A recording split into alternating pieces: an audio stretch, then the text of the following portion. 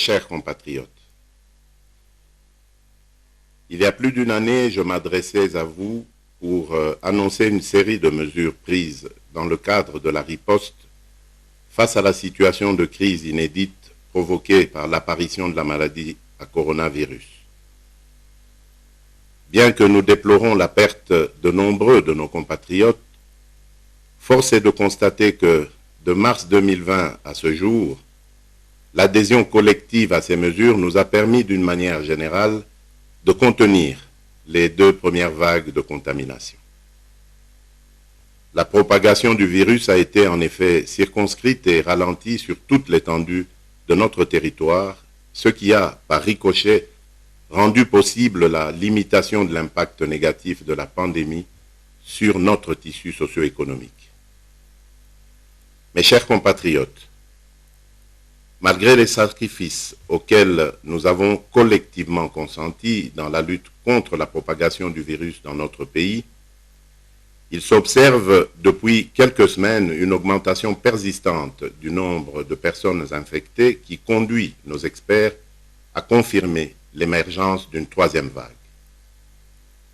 Cet accroissement rapide des cas de contamination qui se caractérise notamment par l'augmentation du nombre de personnes qui développent la maladie tout en étant hospitalisées, la saturation des lits d'hôpitaux dédiés aux patients Covid-19 et des décès que nous déplorons, nous pousse à prendre des mesures fortes pour ralentir la progression du virus. Ces mesures sont d'autant plus nécessaires en raison de la résilience de la Covid-19 et des différentes mutations qui la rendent davantage imprévisible et dangereuse, comme l'atteste la circulation du variant Delta, mieux connu sous le nom du variant indien.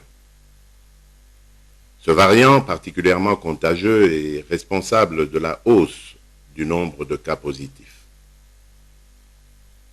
Mes chers compatriotes, cette 3e vague s'annonce redoutable. Nous nous devons donc de réagir avec rapidité, mais surtout avec méthode. Ainsi, après concertation avec le gouvernement, le secrétariat technique de la riposte et la task force présidentielle de lutte contre la Covid-19, j'ai décidé d'instaurer les mesures suivantes avec effet immédiat à observer à compter de ce jour et ce jusqu'à nouvel ordre.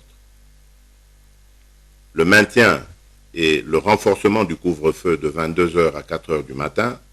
À cet égard, outre les points de contrôle actuels, des patrouilles de la police militaire seront instaurées.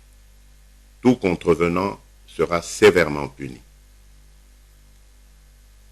Le port du masque obligatoire ainsi que le strict respect des gestes barrières, dont le lavage régulier des mains à l'eau et au savon dans tous les lieux publics et l'utilisation répétée des gels hydroalcooliques. L'interdiction de tout rassemblement de plus de 20 personnes sur les lieux publics. L'entrée dans les marchés publics est subordonnée à la prise de température, au lavage des mains ainsi qu'au port du masque. L'interdiction de l'organisation des deuils et veillées mortuaires dans les salles et les domiciles. Les dépouilles mortelles seront conduites directement de la morgue au lieu d'inhumation avec un nombre d'accompagnateurs n'excédant pas 50 personnes. Les contrôles sanitaires aux postes frontières nationaux seront renforcés. L'obligation de présenter un test PCR négatif réalisé en déant les 72 heures reste d'application et toute entrée sur le territoire national demeure subordonnée à la réalisation d'un nouveau test PCR auquel nul ne pourra déroger. La fermeture des discothèques et des boîtes de nuit pendant une durée de 15 jours. Les restaurants resteront ouverts dans les conditions de strict respect des gestes barrières. La gestion efficiente du personnel et le recours, le cas échéant, au travail à distance. La prise en charge sanitaire par le gouvernement de tous les cas positifs sur l'ensemble du territoire.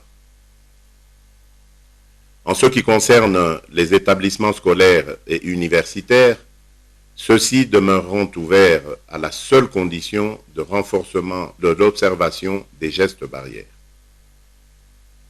Concernant les églises, celles-ci sont dorénavant astreintes à réduire le nombre de participants aux offices en fonction de la capacité d'accueil des lieux de culte et dans le respect strict des gestes barrières.